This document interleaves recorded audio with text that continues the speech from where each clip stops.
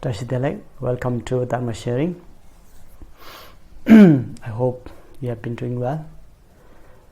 So we'll be continuing from where we stopped last week. Especially we're talking about these special trainings of bodhicitta. We did talk about the different types of trainings in aspiration bodhicitta, and today we are going to talk about the trainings in action bodhicitta, the second type of bodhicitta. Okay, so before we go through these different types of trainings in aspiration bodhicitta, we should recite refuge prayers and followed by the generations of bodhicitta.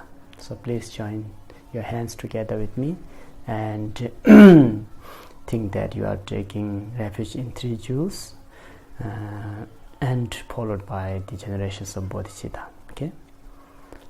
Sangye Jodang Zoge Jonam La Jangjo Bardo Dane Gyab Sunche Dagi Jin Soge Be Sonam Ge Dola Pencher Sangye Drubar Sho Sangye Jodang Zoge Jonam La Jangjo Bardo Dane Gyab Sunche Dagi Jin Soge Be Sonam Ge Dola Pencher Sangye Drubar Sho Sangye Jodang Zoge Jonam La Jangjo Bardo Dane Gyab Sunche Dagi Jinso Gebe Sonam Gen Dola Benje Sangen Do Barajo Semjen Tamjen Dewa Dan Deven Gyodan Dembara Gyoje Dunga Dan Dunga Gen Gyodan Dewa Gyoje Dunga Meben Dewan Damba Dan Menda Wan Gyoje Ngeren Jadan Gedan Deven Danyum Jembo La Nebara Gyoje Semjen Tamjen Dewa Dan Deven Gyodan Dembara Gyoje Dunga Dan Dunga Gen Gyodan Dewa Gyoje Dunga Meben Dewan Damba Dan Menda Wan Gyoje Ngeren Jadan Gedan Deven Danyum Jembo La Nebara Gyoje Semjen Tamjen Dewa Dan Deven Gyodan Dembara Gyoje Dunga Dan Dunga Gen Gyodan Dewa Gyoje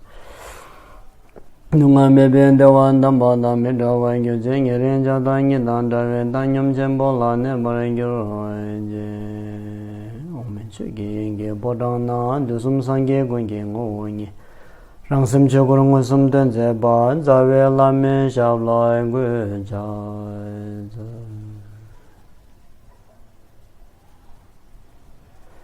Ona Namgadanya Besim Jendamje Lana Meba Yanda Wazo Chanju Ki Gobang La Chine Gyang Gobarja De Chedo Samba Chanju Chodo Tukine Dambe Chu Tsulshin Tu Nyamzu Lembarja Wa Nyam December Shu Dayang Kansim Barja We Cheni Kabder Nyami Kambo Bezewe Dambo Targin Impata Dinaneta Kabder Da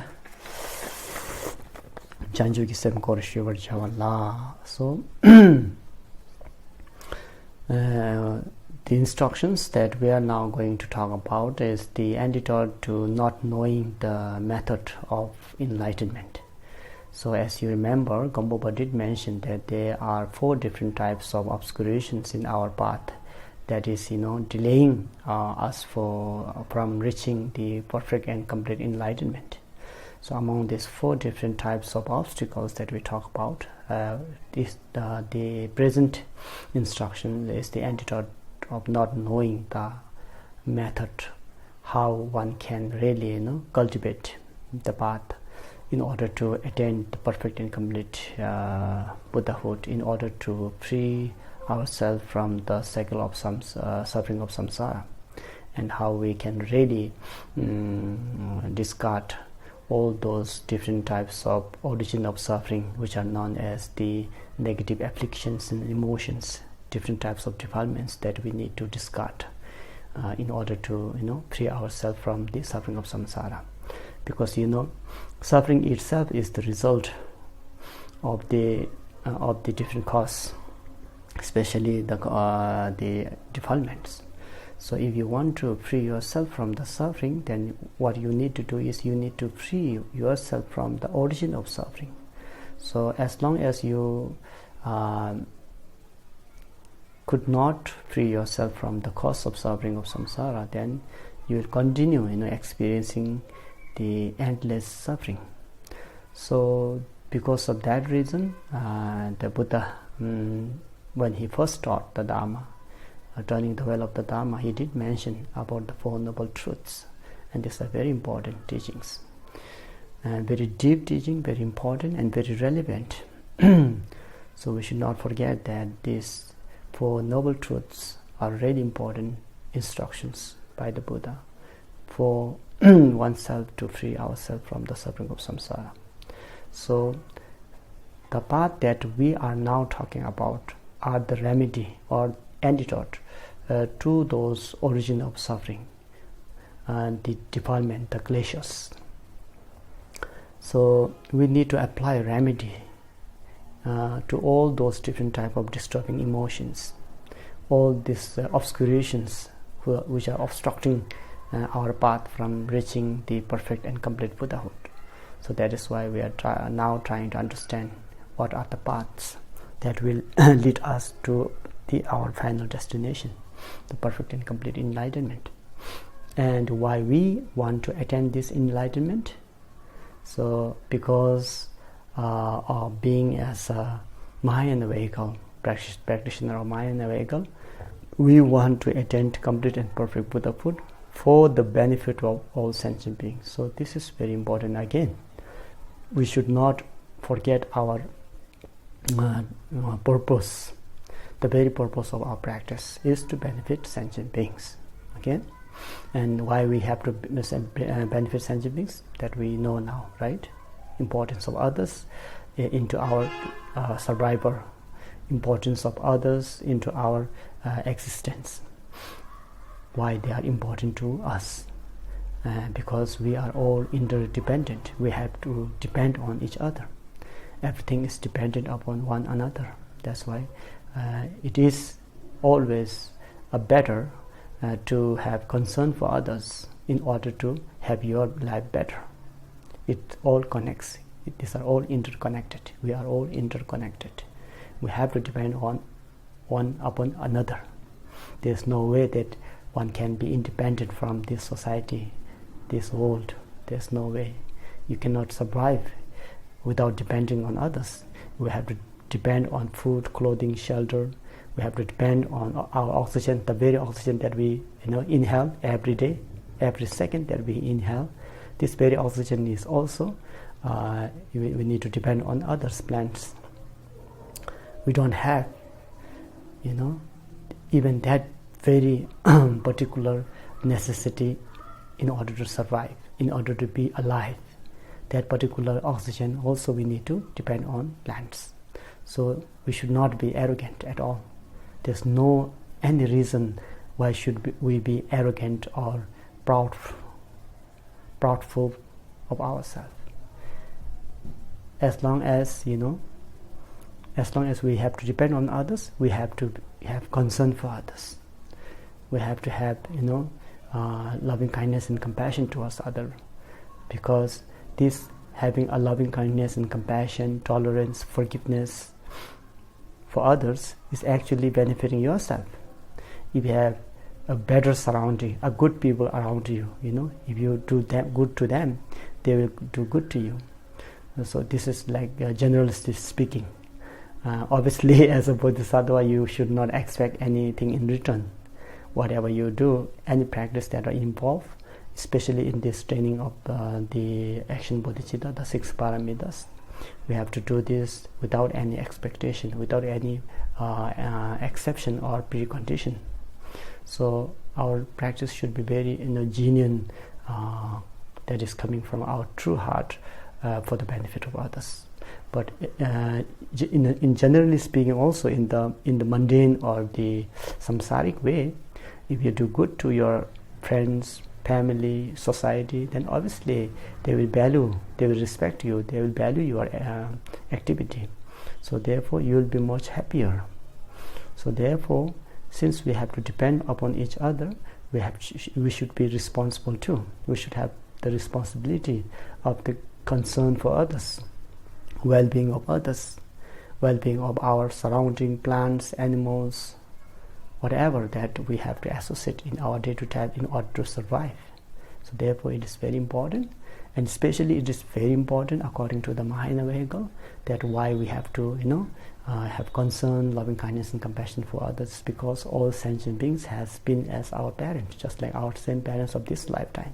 So therefore we have to have gratitude towards them. We have to have repay their kindness. And since they are now suffering under this confusion state of mind, not knowing the fact, the reality.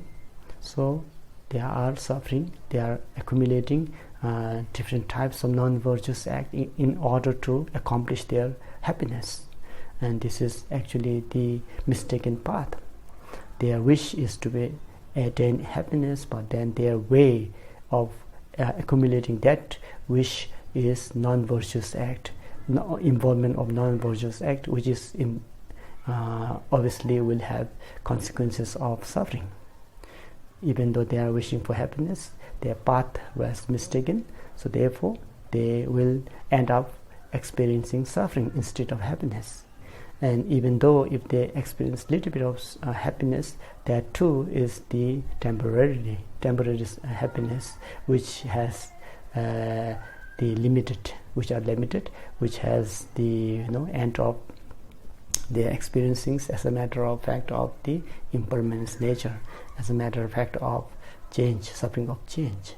So therefore you have to give rise to loving kindness and compassion towards those individuals, towards those sentient beings who are still under this kind of delusion, who are really still lack of this wisdom awareness. So this is our actually responsibility, that we need to help those, that we need to enlighten those individuals who are under the confusion state of mind, who are overpowered by their different types of afflictions, negative afflictions and emotions. So that is the one very good reason that why we need to benefit all sentient beings. So we understand what is bodhicitta, and we also generated aspiration bodhicitta. We established a very pure motivation that wanting to benefit all sentient beings, and in order to benefit all sentient beings we need to attain some kind of level, that is the best level that one can benefit sentient beings is the ability of Buddhahood. If you have the wisdom's awareness, if you have the qualities of Buddhahood, and then only you will be able to benefit so many sentient beings with lots of advanced skill in means, with lots of discriminating knowledge, with a vast discriminating knowledge. Therefore it is better to attain that kind of level in order to benefit sentient beings. So that having that motivation, having that just an aspirations is not enough. That's just what you call empty sweet words, empty sweet aspiration. So what we really need to do is we need to engage in order to attain that aspiration, in order to fulfill that aspiration. So the next part here that GAMPOPA is now talking about is the real path that one should involve and act. That is why it is known as action bodhicitta, not only aspirations but action bodhicitta. We need to act in order to gain our gain our goal. So he is talking about different trainings of action bodhicitta. So there are 6 different types of trainings in action bodhicitta, and those are known as 6 paramitas.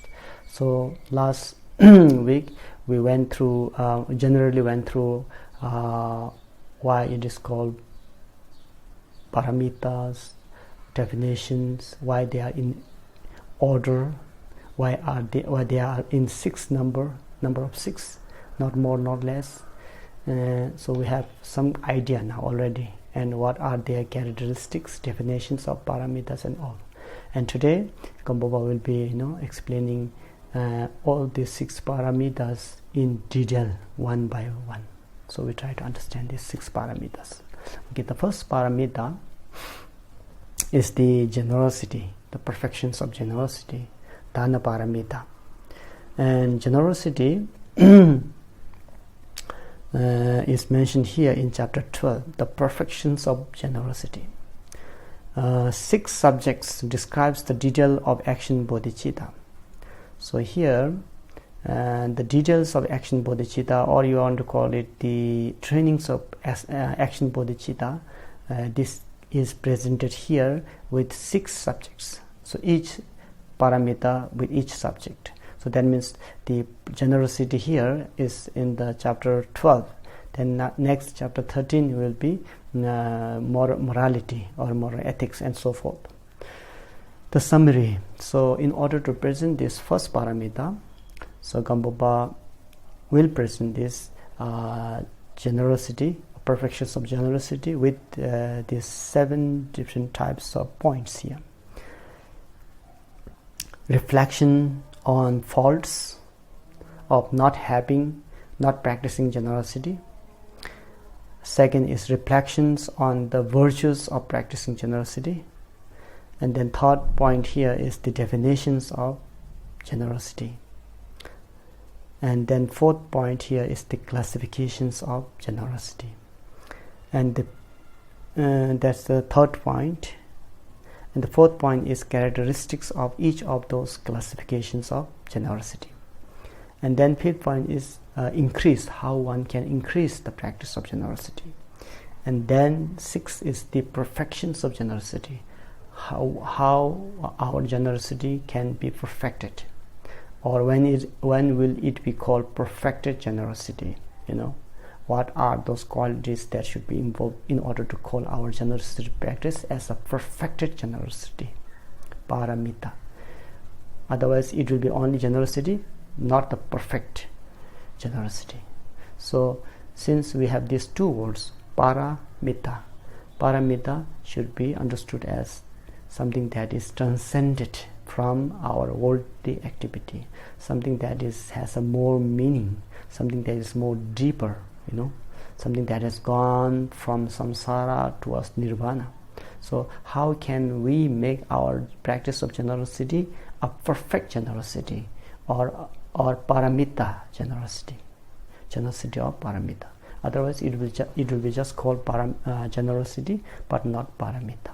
Okay, that's why it is mentioned here how and when it will be perfected, or it will be called perfected or perfections of generosity. Then we have the result of practicing of generosity. What are the beneficial effects of that? So these 7 actually comprises the presentations of perfections of generosity, the first of the 6 paramita. This is the first training of the engaged bodhicitta. So in order to accomplish our goal, our very goal of attainment of Buddhahood for the benefit of sentient beings, in order to obtain that, we need to practice the path. And first path here is practicing of generosity. We should be more generous towards all sentient beings. Okay, so that is what it's. That's why it is important here. So the first point, reflections on faults and virtues. So reflections on faults of not practicing generosity, and reflecting on the virtues of practicing generosity. What is the quality, and what are the advantages of practicing generosity, and what are the disadvantages of not practicing generosity? So if you know these 2, then you'll be interested. If you see, if you are able to discriminate what are their qualities and what are their disadvantages if you do not follow them or practice them, then you'll be able to judge whether you want to practice generosity or not by seeing its kind of result, beneficial effects and disadvantages of not practicing generosity. So the first one, those who have not practiced generosity will always suffer from poverty. So that's right, because Buddha said that the generosity is the cause for accumulations of wealth. This is the origin of the accumulations of wealth. So if someone wants to have wealth, practice generosity. But we usually practice Zambala, isn't it? This is also a way, one of the way of accumulations wealth, by practicing Zambala, obviously. But then it will be much better if you practice generosity in order to obtain wealth, in order to gain more wealth. because Buddha said, if you give, you will receive. That is the what you call consequences of giving. The result of giving is receiving. So if you give, you will receive. If someone who is like stingy, who always hide things, who always don't share their belongings, their knowledge, their power, then that particular being will have less friends, will be more isolated, will be more kind of loneliness. You will experience some kind of loneliness because that particular being is not expressing, is not sharing, is always closing down of his or her heart. So therefore he or she will be obviously feeling lonely, without having much more friends. Their life will be a little bit of isolated, and obviously if you don't give more, then giving is like depositing your money into the bank. The more you give, the more you actually save good merits, accumulations of merits, and wealth is included in the merits. So this is one of the best way of accumulating wealth is by practicing generosity. That's why it says here, those who have not practiced generosity will always suffer from poverty, and usually will be reborn as hungry ghosts. So if you believe in 6 realms of samsara, then the consequences of not practicing generosity, or by being stinginess, miserliness, then what happens is that you'll be born as a hungry ghost. Even if someone's reborn as a human being or in any other realms, he or she will suffer from poverty and lack of necessities. So this is what is mentioned here. The condensed perfections of Wisdom Sutra says, the miserly will be born in the hungry ghost realm. In case they are born human, at that time they will suffer from poverty. So that is the what is mentioned in this sutra. The discourse on discipline also says, hungry ghosts replied to Ngawa Chiwari, by the power of stinginess we did not practice any generosity, so we are here in the world of hungry ghosts. So that how we can know that if we are stinginess, if you do not practice generosity, and you will be born as hungry ghosts. You can know through these verses from the discourse on discipline sutra, which there's a kind of conversations between hungry ghosts Nawachivari with Bodhisattva, and when Bodhisattva visit hungry ghosts realm, he saw this suffering of hunger and thirst, and then when they asked why you are here, why you are experiencing this kind of suffering, then the hungry ghosts replied by saying, by power of stinginess we did not practice any generosity, so we are here in this world of hungry ghosts. Without practice of generosity, we cannot benefit others. So this is more relevant, more practical. If you do not practice generosity, obviously you cannot benefit more, because benefiting others is how can we benefit others? We can benefit others by sharing, isn't it? By sharing Dharma knowledge, by sharing your wisdom, by sharing your belongings, food, clothing, shelter, money, all these ideas, protections. If you share this with others, obviously then you can benefit others.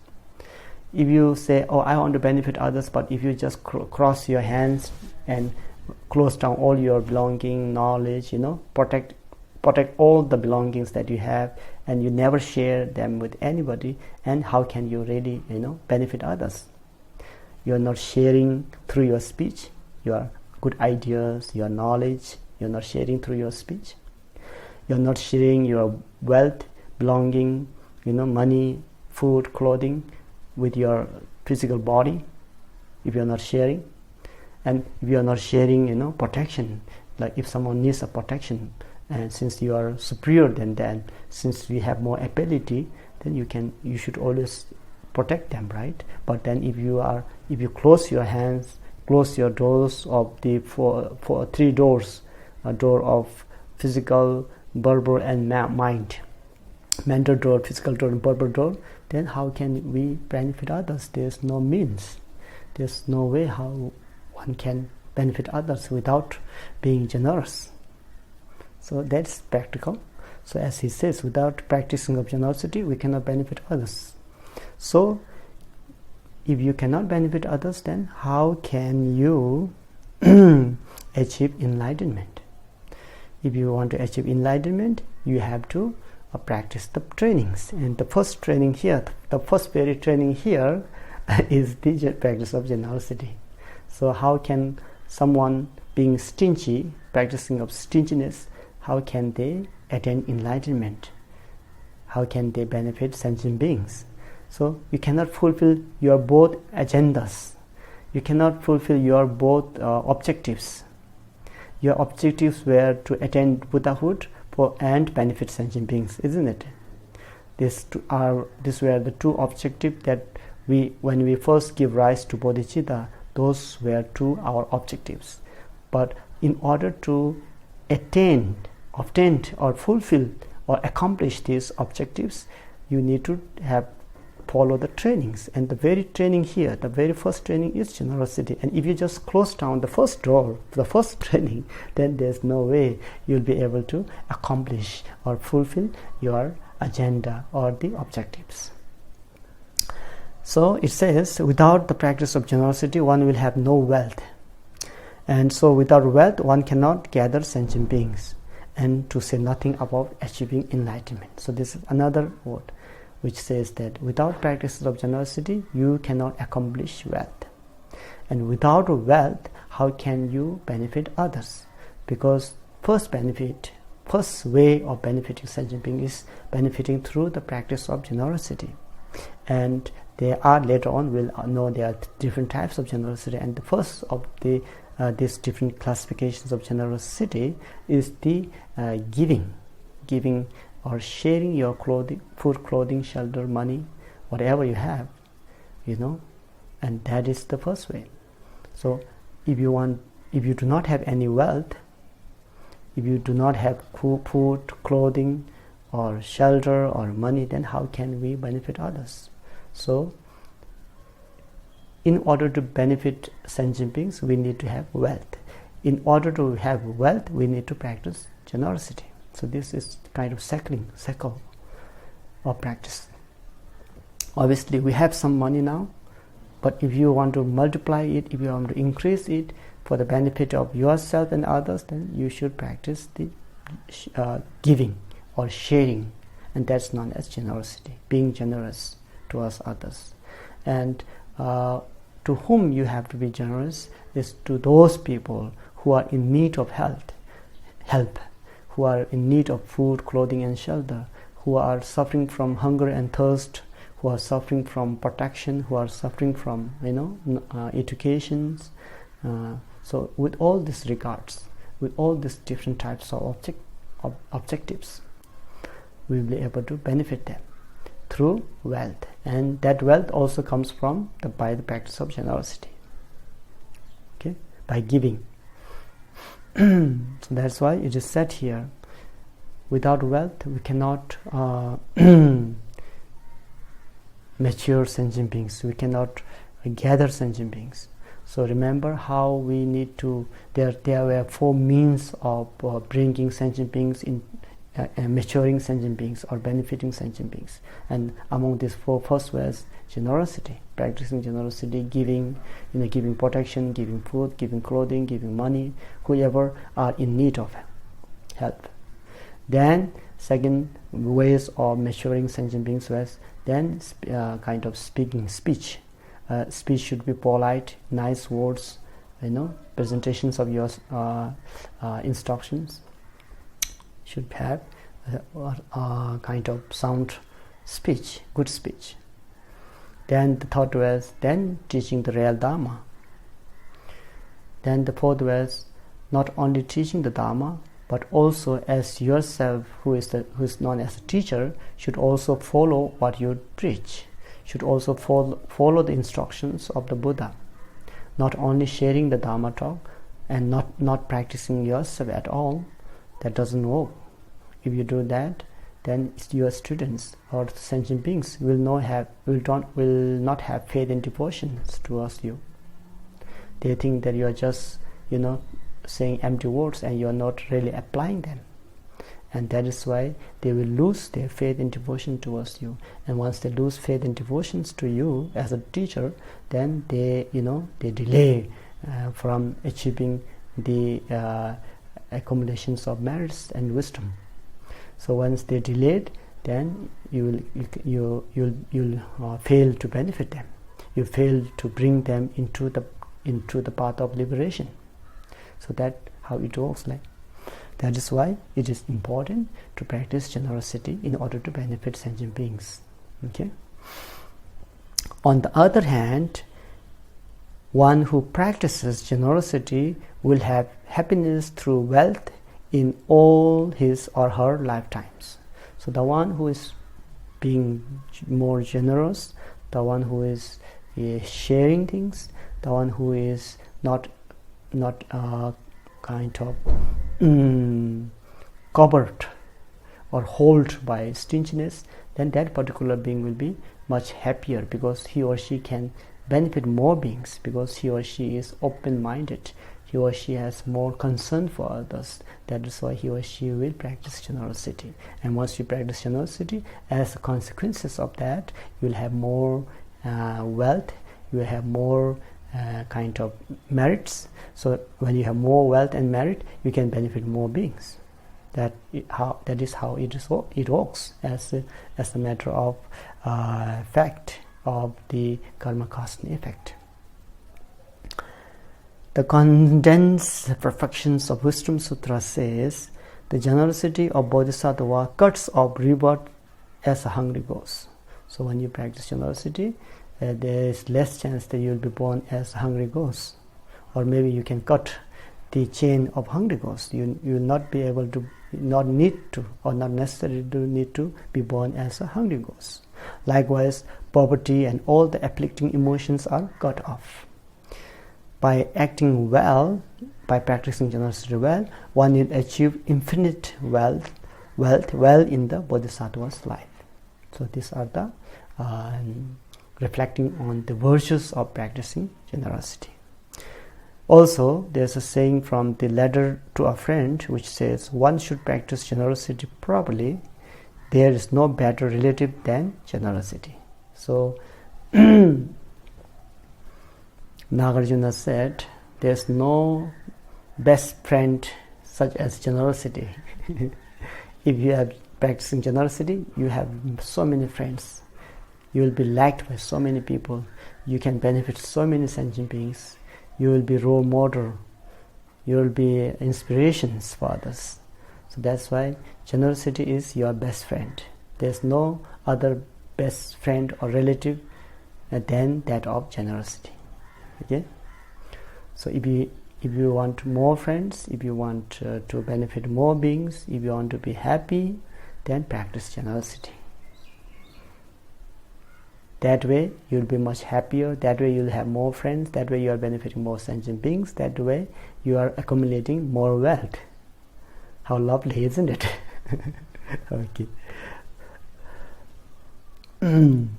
So later on they will talk. The GAMPOPA will also talk about what different ways of different kinds of generosity, and if you want to practice generosity, what should be the material, right material, wrong material, right process, wrong process.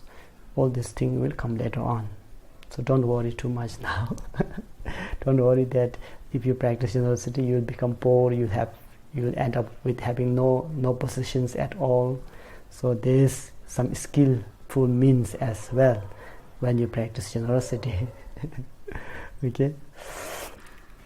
Engaging in the middle way also says that all these sentient beings desire happiness, isn't it? Don't we desire happiness? We all do, because that's why we are in the desire realm. Kamma dhatu. We are born in the desire realm. So obviously, we desire happiness. We want happiness. We want good sound, good smell. We want good figure, good shape, good color. We like good smell, good taste, good texture. There's very less people, even no people, I think, would like, ugly appearances, ugly form, ugly color, and unpleasant sound, unpleasant odor, unpleasant taste, rough texture. Everyone likes a good, pleasant, pleasure, sensible objects. So that's why he says here, all these sentient beings desire happiness, who are born in desire realm. And then all this happiness comes from wealth. And if you do not have that wealth, then there's no way you can be happy, generally speaking. If there's a good practitioner, then that will be a different story. They do not rely upon physical or external happiness. They're okay, they're fine with internal happiness of samadhi, internal happiness of satisfaction, internal happiness of joyfulness. So for those individuals, practitioners, that will be a different story. But as for speaking generally, for all sentient beings desire happiness, and this happiness comes from wealth, isn't it? We can look around. We can take our life as an example. If you have good food, good clothes to wear, good shelter to protect you, good job, good education, you're happy. Your life will be much easier. If you do not have proper food, proper clothing, proper shelter, proper education, then we suffer. We can see this with our own eyes, our own flesh eyes, in this very life. You can see many different types of people around our society who are suffering a lot, who really depend on their day-to-day life in their daily wages. That's why, because of this pandemic, many people are suffering, because their only source of income is their daily laboring wages. So when that stops, when city locks down, then they don't have any source of income. They don't have any source of income for living. So therefore they are suffering. So that is why we can see that, generally speaking, we all desire happiness, and this happiness comes with our wealth. If we have wealth, we can have good education. If we have wealth, we can have good shelter. If you have wealth, you can have good clothing, good food. So you can accomplish many different types, with the power of wealth. So now what? So in order to accomplish wealth, practice generosity. That's what Buddha wants to tell us. Practice generosity, and you will have wealth, and then enjoy your life with that wealth. Accomplish your desire with that wealth.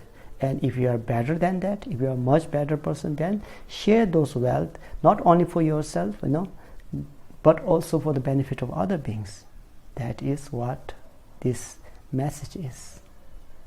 By practicing generosity, you will gain wealth, and by that wealth, you can benefit sentient beings.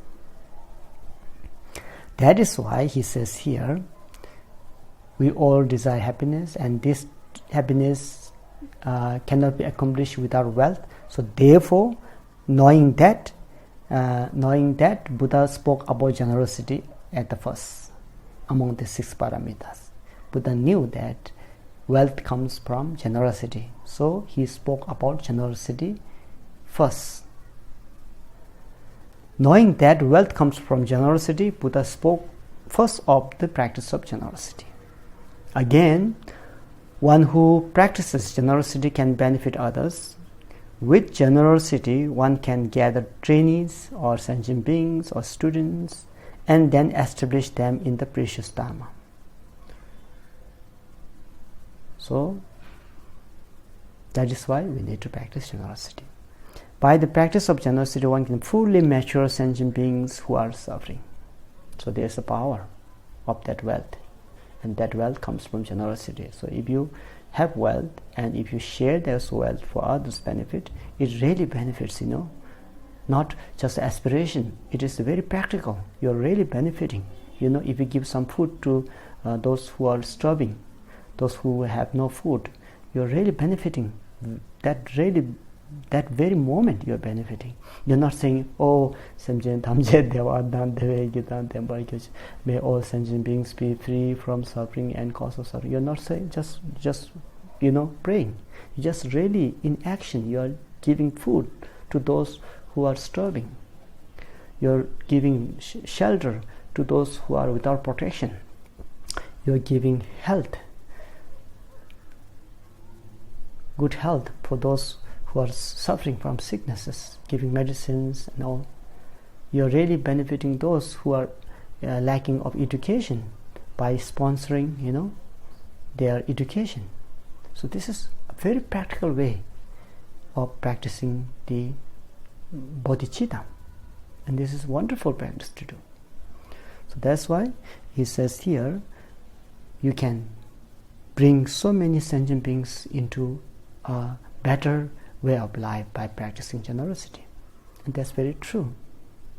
So that is why in our Buddhist culture, especially the Mahayana Buddhist culture, we have this habit of giving, offering. We call this offering. So there's two kind of objects of offering. First, as a higher object like Buddha, Dharma and Sangha, and then there's a second type of object is like all those hopeless people, or all those people who are in need of help, or who are the lack of education, health, shelter, food. So we are, we have been told by our teachers, our parents. So this teaching of generosity became into our habits in our community, Mahayana community. So that's why every time, when you see something is suffering, there's always a kind of habit of saying Nyingje in Tibetan community or Himalayan community. And Nyingje means, kind of feeling of compassion, may they free from this suffering. And that Nyingje, the word comes automatically, spontaneously, as a habit. And that indicates that you still have some kind of wish to see them free from suffering, wish to see them have happiness. And if you have that readiness, standby kind of attitude within your mind, then whenever there's a possible, you will give things to others, you will give protection to others.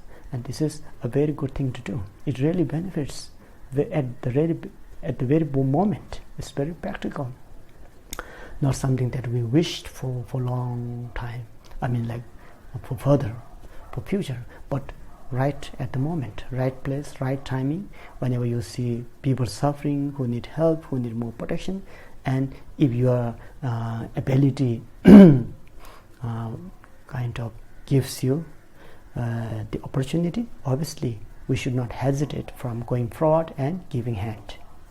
And that is why when we are small, we have been told, they write these words on the school gate or school building, others before self. And this kind of teaching when you're very small is planting the seed, a good seed, bodhicitta seed in our mind, by showing us that others are important. Others are important in order to remain your life, in order to survive your life. Others are important to you, because many things comes from others towards us. Our food that we eat comes from others, our clothes that we wear comes from others, our education that we now have comes from others. So that's why it also talks about interconnection, interdependence. So this kind of practice is very meaningful and beneficial. That is why this is called the trainings of action bodhicitta.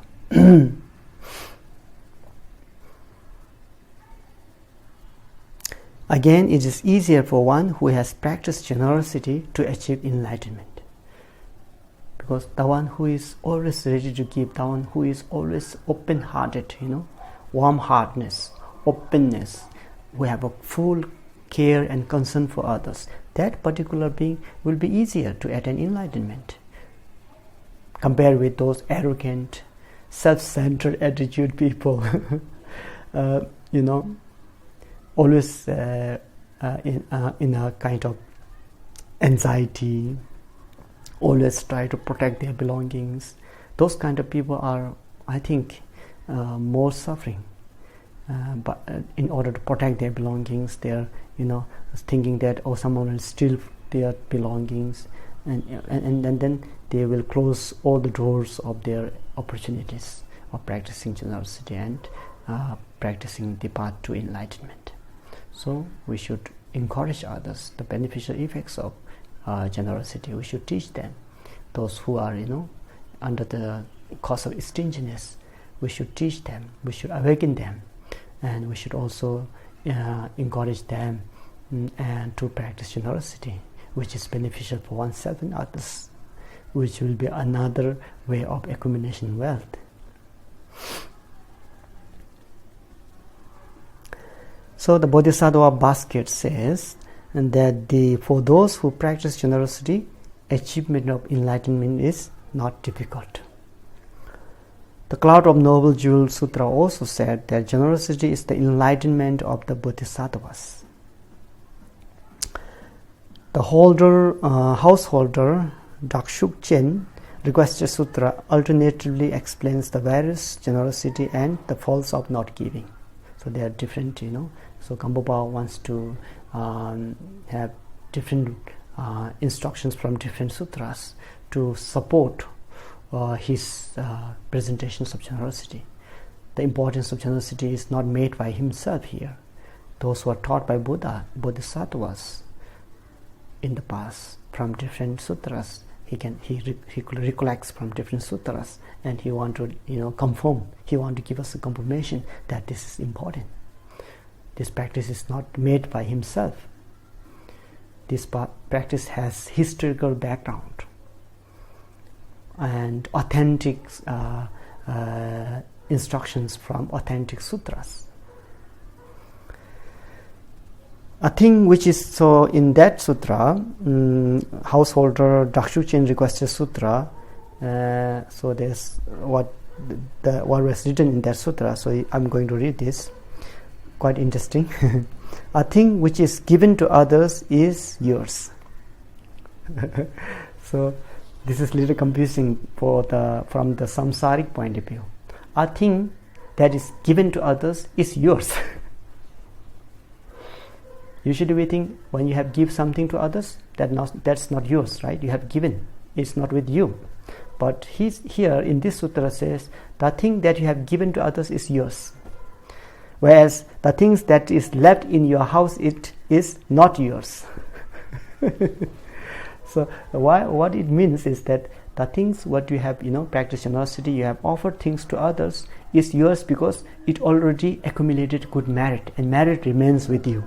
So therefore, even the substance is not there with you, visible substance is not there with you, but because of that act, you have already accumulated merits. That is why the things that you have given to others is yours. But on the other hand, the thing that you have not given, the thing that you have put in your storage, or safety locked, that is not yours, because that can be taken by anyone, that can be stolen by anyone anytime. There's no certainty. Maybe that will be not there in next morning. Someone stole it. Maybe someone cheated with their beautiful words, and you are kind of driven by that, and you keep these things without your considerations. There are different possibilities. So if that happens, then that thing is not yours. That will be taken by others, by force, by cheating, or by stealing. So there's no guarantee. But once you give, with your loving kindness and compassion, there's a certainty that that is yours, that you have already accumulated good merits, that you will be experiencing the consequences, the result, sooner or later. And next one, a thing which is given has essence. So that's why when you have given to others out of compassion, out of loving care, concern, that has essence, that's meaningful. But things left in the house have no essence. It's just a substance. It's just a matter. Not any special. But when you have offered to some needy people, then there's the value of that thing. That's why that has essence. Okay. Otherwise, the thing that is kept in your house or your storage or your pocket, that's just a substance, no any meaningful essence. But when you utilize that very substance out of compassion, wanting to heal someone's suffering, then that makes essence. That brings essence of that substance. Likewise, a thing which has been given need not protect it. So when you have given something to others out of compassion, then you should not worry. There's no worriness of protection, because you have freely given out of your compassion, not by force, not by others cheating or fooling you, not by robbing, not by stealing, but out of compassion, with your full awareness, with your full kind of authorization. You have given them by knowing, by seeing its beneficial effects. So once you have given those out of compassion, out of wisdom awareness, then they do not need protection. Whereas things kept in the house must be protected. You have to be careful. Things that you keep in your house, you should watch. You should put a CC camera, lock them. You should have a special security guard, and so on and so forth. So there's lots of worriness involved once you have kept and stored things within yourself, hold for yourself. A thing which is given is free from fear. Similarly, yes, no fear. You have given for the good purpose. But things kept in the house are with fear. You don't know when there will be electrical shock, when there will be disaster, when there will take earthquake, So lots of fears are there involved once things, those that we are kept inside. But those things you have shared out of compassion for others, no fear, that's gone, and you have accumulated good merits. A thing which is given is closer to enlightenment, because that's the paramita, sixth paramita, the first paramita. Among the six paramita, the first paramita is the practice of generosity. So when you practice this, when you give things, you will be closer to enlightenment, because you are already one step ahead, training the six paramitas. You are already training the first one. So therefore, you are closer to enlightenment. Whereas things left in the house go in the directions of the maras. So things that left in the house will be, there's no certainty. There is a risk. Maybe thief will steal them. Maybe someone will fool you and take them, take your advantages from you. So that's why it's like maybe they will be used for maybe non-virtuous act. Maras, Mara, Sanskrit term for Mara is always should mean for something that is disturbing, something that is not good, something that is harmful. So things that left in the house may go to the directions of Mara, means that maybe you will utilize those things for buying weapons, buy chemicals. Maybe, who knows, you'll be utilizing these things for buying meat, or killing animals, or for fun, or buying guns, or whatever. All these different types of means are there available nowadays. People, when they have so much money, they sometimes become like drunk, and then they utilize this lavishly and sometimes most of the time those they use without wisdom, so they use these things and which makes cause for harmful for others. So that's why it meant here may go to directions of Maras. The practice of generosity will lead to vast wealth. Obviously, if you practice generosity, you'll have more wealth. Things left in the house do not bring much wealth. So things that left in the house do not multiply, whereas things that you have shared will multiply, will gain more wealth by giving. A thing which is given will bring inexhaustible wealth. So which has given out of compassion for the benefit of others will bring inexhaustible wealth or merits. Whereas things kept in the house are not inexhaustible, they are exhaustible. They are matter of fate, they are matter of decrease. Obviously, if you do not multiply, you will utilize them one by another, and then one day they will disappear. So it's like you're withdrawing money from your bank but not depositing at all. So every time if you withdraw, then there will be a day that you will only remain zero balance in your bank account, so to speak. So this is how it meant by importance of practicing the generosity. When you practice generosity, you are more safe, you will have better wealth, you will be closer to enlightenment, you will have no fear, do not need to protect them. So all these wonderful instructions that were mentioned in this sutra called Householder Dakshukchen Requested. Now the second presentation is the definitions of generosity. The definitions of generosity is the practice of giving fully without attachment. What is generosity? It's giving. How? Without attachment. If you give with some sense of attachment, then it is not full generosity. There's still kind of attachment is concerned. So obviously, first when you practice generosity, sometimes we may feel, I should not have given that. But that's okay when you first begin. But later on, there will be a day that whatever you give, you have no regret. You are satisfied with what you have done. There's no kind of remorse in your good deeds. There's no regret in your good deeds, and that's wonderful. That is something that we should look for. That is something that we should kind of emphasize. The importance of practicing generosity. The term generosity literally means giving without attachment, to make it more full kind of Mahayana generosity, giving without attachment. So that's the definitions of generosity.